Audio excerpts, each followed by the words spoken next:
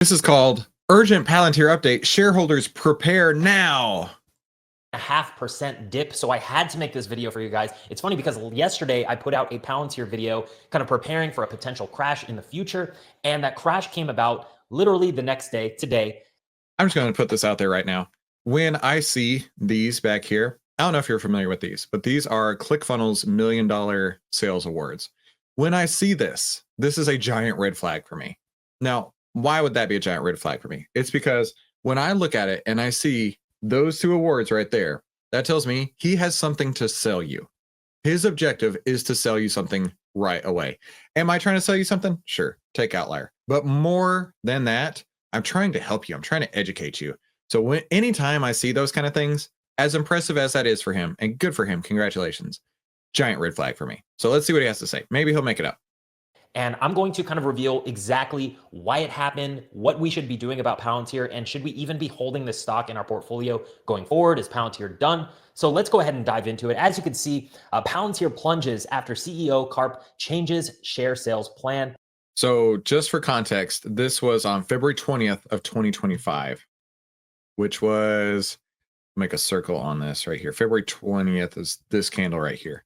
By the way, if I were trading this, this would specifically be my exit point, specifically because my exit points are any close under the 10 EMA. That's an exit point for me. So right here, exactly the day that this is released would be exactly where I would get out. Pentagon budget cut report. So the very first thing that kind of took Palantir down yesterday, right at the close into after hours, is that I guess the Department of Defense is going to be cutting their budgets by 8% each year for the next 5 years. Okay, so is that going to affect Palantir? Yes, it might affect Palantir a little bit, but is it going to affect Palantir in a way that's as substantial as the stock falling 23.5%? No, I don't believe so. Yes, you know, the Department of Defense spends money on Palantir, but it also spends hundreds of billions of dollars on, jets, missiles, different types of military equipment. Lockheed Martin's going to be affected. Many other companies are going to be affected as well, but 8% is not that much. And the cool thing about Palantir is that they are growing their commercial sector. And I've been saying this in the past few Palantir videos that that's really where the growth is going to come from. They've kind of maxed out their partnerships with the US government. I'm sure they can get more partnerships and more deals with the government, but it's not going to affect the stock price as much as the commercial sector growth for Palantir. So yes, this will affect Palantir in the short term. Did it mean that the stock needed to fall 23.5%? No, but it did anyways. Investors got spooked, and I think a lot of long-term share. Holy cow. So by this point right here, it was down 23.5%. It must have been like, yeah, by the low of right there. Wow. That's a giant sell-off. If that's not a red flag to you to get out of a stock, I don't know what is. If you see a stock go down 23.5% in a single day and you're like, meh, I'm going to continue to hold, this may not be the game for you. By the way, since that point, Palantir is down 40%. Crazy. 40% down.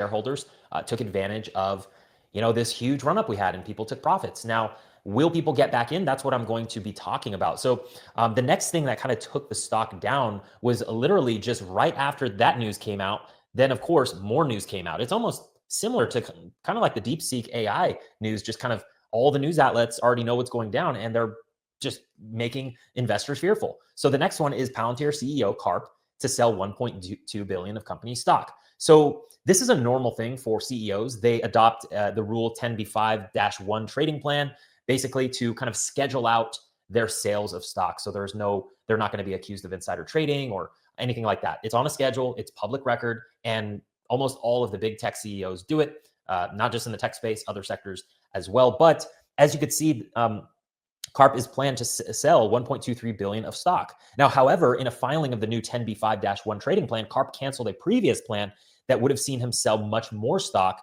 48.9 million shares worth $6 billion.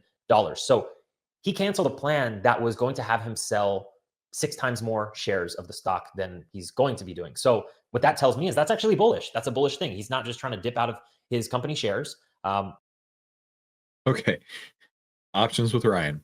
I don't know you, my friend, but I'll put it to you this way. If your trading plan is based on he's not going to sell 6 billion, he's only going to sell 1 billion. So that's bullish. I think there should be a lot more to it than that. How do I read that? Like, maybe he didn't need all 6 billion. Maybe he's like, man, I'll just take 1 billion. Let the rest of it ride. And he canceled that previous plan. So this is actually bullish for me. And we've seen this actually today on the charts. So I'm going to kind of talk about Palantir going forward, the valuations, where the stock price is at, and then I'm going to give you a few trade ideas that I actually gave my mentorship group. We actually caught the bottom today, and we're already up like 50% of premium on our options, but I think it's still a great place to get in, and I'm going to be adding potentially a little bit more here. So let's talk about Palantir, the fundamentals. Like I said, if you look at the revenue breakdown, okay, government is about 54% of their business. Commercial is about 45% of their business. They are expanding commercial at a rapid rate, integrating with different companies such as NASDAQ, Ferrari, many other companies, right? Anduril. There's many companies that they're partnered with. You just literally go on their YouTube channel and see those companies speaking at the Palantir events. So I expect this commercial sector to get to 10, 15, 20, 30 billion dollars. That is my projection for Palantir and why I actually am purchasing the stock. I'm not purchasing it because it has a bunch of government contracts. Yes, that's great. And that's kind of for sure money, but the commercial. I'm just putting this out there. So he's saying for all these fundamental reasons, as we know, fundamentals mean absolutely nothing because at the end of the day, the only way to get more money in your account is for the price to go back up because only price pays. Now, you know that. You and I both know that, but he may not. Options with Ryan may not. I did hear him say something about up 50% in premium, which makes me very nervous for him because I have a feeling he's going to say sell Palantir puts, which is going to be brutal if that's what's happening. Sector is a much higher growth space for Palantir. So I still have the same thesis. I don't think fundamentally anything changed other than, yes, the government's going to spend slightly. First off, fundamentals come out once a quarter, right? You can see the stock price every single day. You can see the stock price every single day. That should be way more of your basis as an investor than the fundamentals that come out once a quarter, right? A lot of stuff can happen in the 89 days in between these two reports here. Slightly less with Palantir potentially. We don't know that for sure if that's even going to affect Palantir.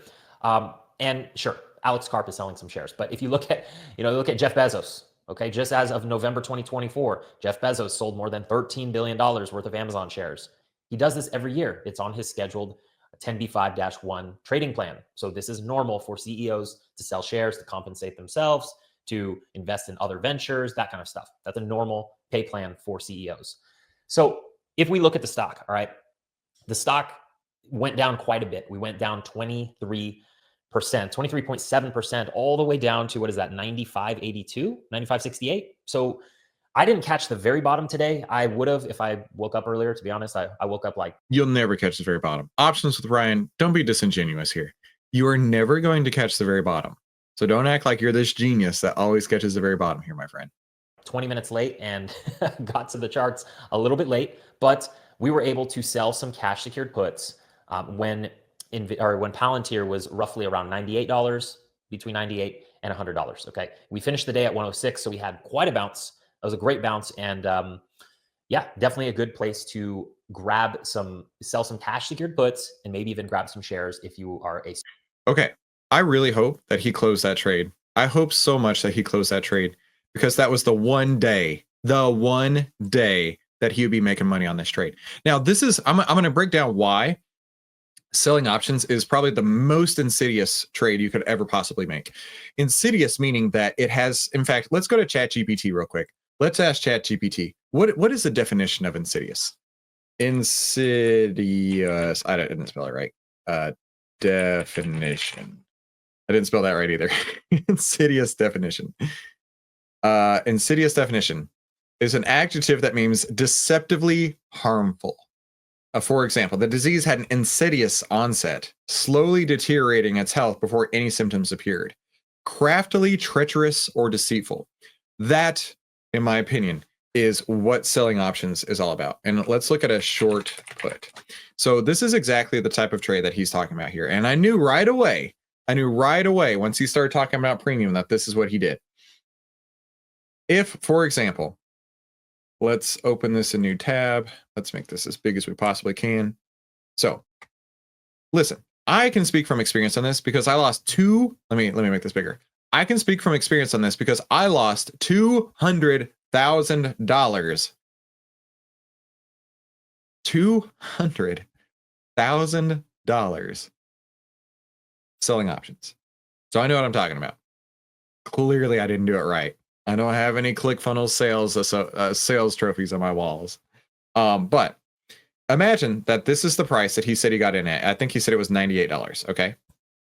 If he's getting in at $98, well, it's probably over here. Right, we'll give him the benefit of the doubt. I don't know which strike he was talking about, but let's say that this is $98. He's got until this strike goes into the money, which I'm going to assume he's at 95, and maybe we'll get more details and we'll learn about this later. The insidious part comes in that, let's say he's got a 45-day trade, right? So if the price goes down or if it goes up or whatever happens, the entire trade is dependent on those 45 days ticking by. Let me show you what I mean. Options decay curve. Let me show you what I mean. So this is better. If you're selling it up here, you're not going to get all the money that you've sold until the expiration happens. You need time to go by in order for this to happen. And so, for example, if he says 30 days, 45, 90 days, whatever the case is, he needs those days to go by in order to profit on the trade. Now, if the stock goes against him, and let's say it goes against him in day 3,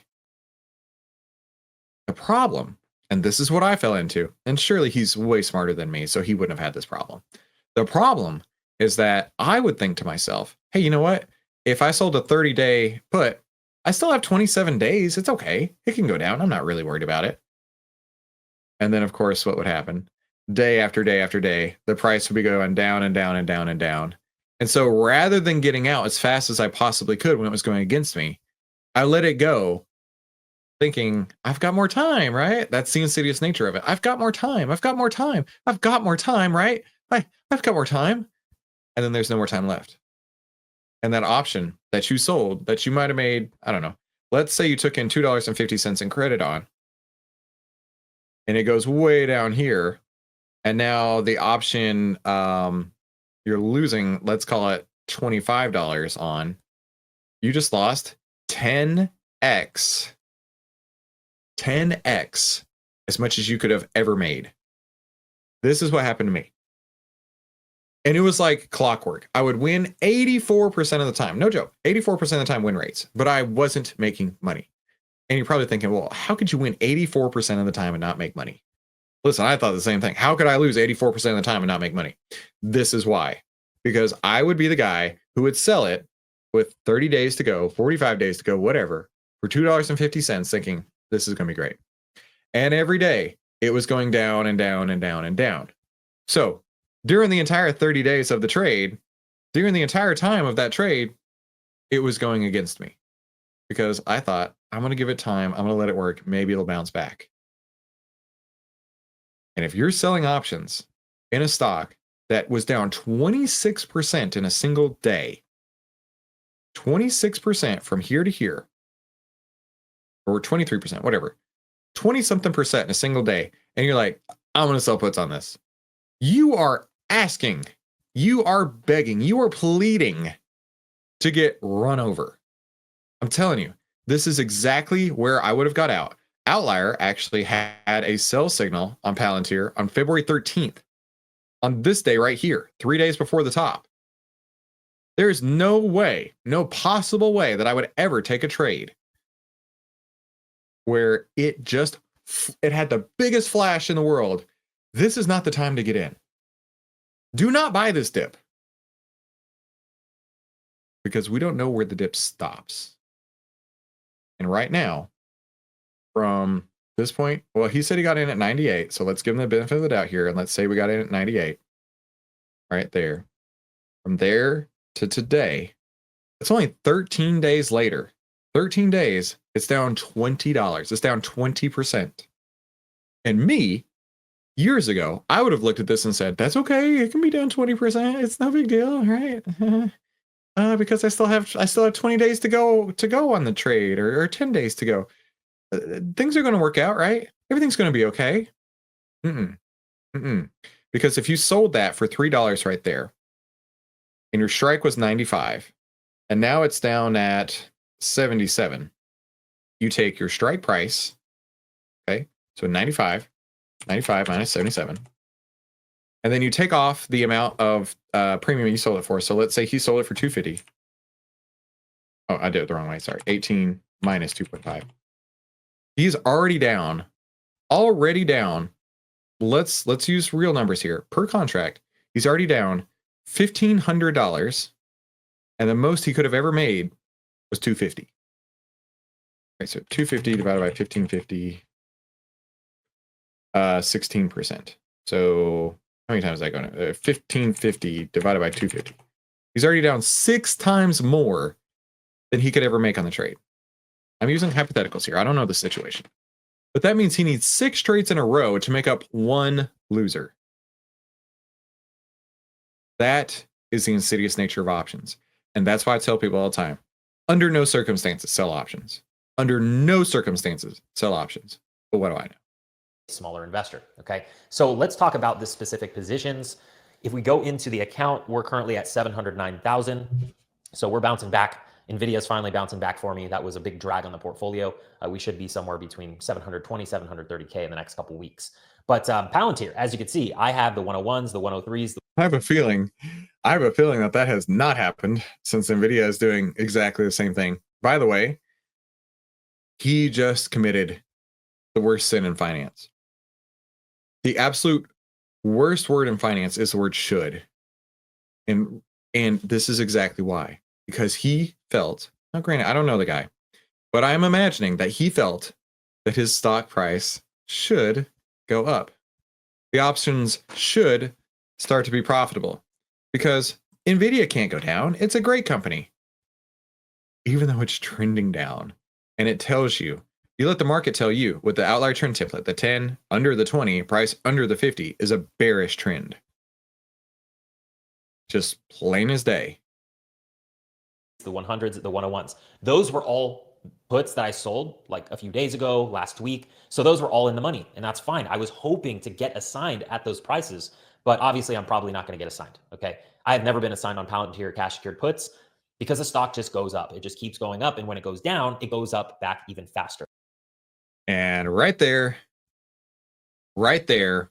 is hubris talking. Right there is what happens when you do not respect risk. It always goes up. I'm just going to sell puts. It always goes up. I want to be assigned shares. Bull crap. I've never met an options trader who said, I want to be assigned shares. I want to own it at 95. No, you don't. You really want to own it at 95 when it's down at 78? Please. So what I did was I sold today actually 8, because I have another portfolio, but I sold 8 March 14th, 94 puts. Okay. I'm already up 40% of the premium. I sold these to collect. Boy, I hope you close that. I hope you close that right away. $1,560, and I'm already up 636. All right. So I caught the bottom. We had a nice bounce. And if I get assigned at 94, I mean, what a blessing. I don't think that's. If I get assigned at 94, what a blessing. What a blessing, as it's like bleeding day after day. What a blessing for the stock to be down 16% since that point. What a blessing.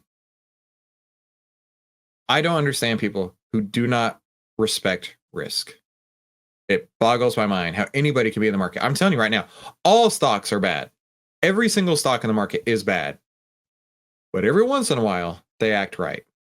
And right here was a perfect example of when Palantir acted right. But unfortunately, for a lot of people, they're sitting on the other side of this trade.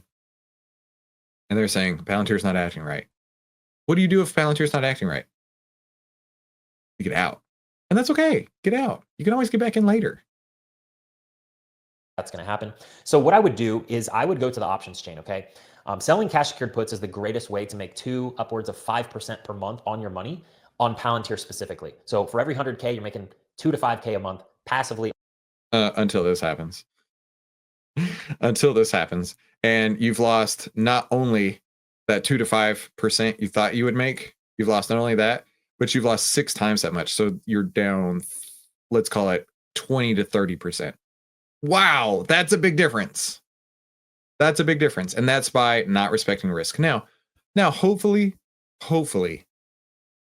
he could see the writing on the wall and he got out. Maybe he got out under the 50-day moving average, right? I don't know if that's a thing that he does. On Palantir.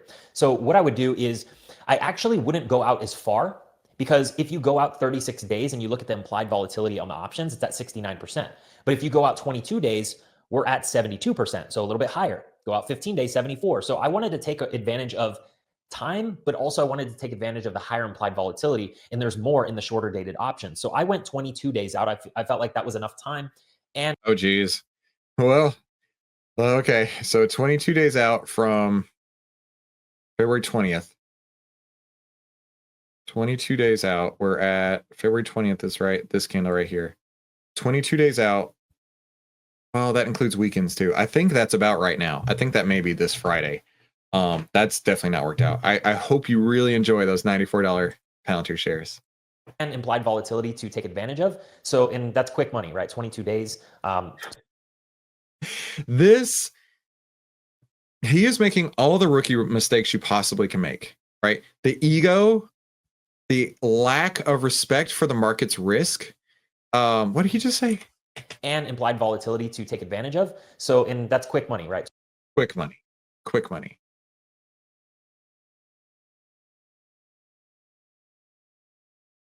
Do you remember in Tiger King where he said, "I'll never financially recover from this"? I'm sure that options with Ryan is making all kinds of bank. For my itty bitty baby brain, I can't understand how he would be making money, clearly. So I don't know what he's talking about. I lost $200,000 doing exactly what he's talking about here. Because it should be quick money. Remember? The most dangerous word in finance. It should do this. It should do that. My account should be at this level in a couple days. You can't tell the market when you're going to get paid. 22 days. So what I did is I went here and I went pretty safe. So I'm already up on these. When I sold these, each contract was giving me like 445 bucks. So huge return, 4.5%, something crazy like that in 22 days. So what I would do now is, obviously you can't collect that much where my group got in and where I got in. But what you can do, is go a little bit higher and still be pretty safe. So what I would do is sell the 99s. All right, 99 is still pretty. Oh my gosh, the 99 would be so much worse. Pretty safe. If we go, it's safe. Man, there is no safe trade. Good Lord. This guy doesn't know what he's talking about. I'm telling you right now. I don't know how long he's been in the market, but whatever he's doing, it is only a matter of time. When you talk about safe, when you talk about easy money, all this kind of stuff, it is only a matter of time before the market will slap you into Thursday. And you're going to be like, what just happened here? This is the equivalent. You may have heard of it. It's called picking up nickels in front of a steamroller. And this is why I wanted to go back a month later and look at these type of videos, because he picked up those nickels. And if he's still holding, and that's a big if, I don't know. If he's still holding, he's getting steamrolled right now. Now, Chris, what are you talking about? Not every one of your stock picks works. You're right. You're totally right. But the number one thing I'll do is I will never tell you a stock is safe. I will never tell you it's easy money. I will tell you every single stock is bad. And I will also show you where is a good place to get out and why. Option sellers don't have a place to get out because they say, I would love to own it at that price. No, I can't imagine anybody would love to own it at that price as it's trending down. To the chart, okay, we could just draw that in. 99 is going to be somewhere right here, okay? And what's interesting about 99 is there's actually a little bit of support at 99 because when we gapped up after earnings and then we came back down, that's actually where the support held, okay? That's where we started bouncing up and going to new all-time highs. So I like the 99 strike.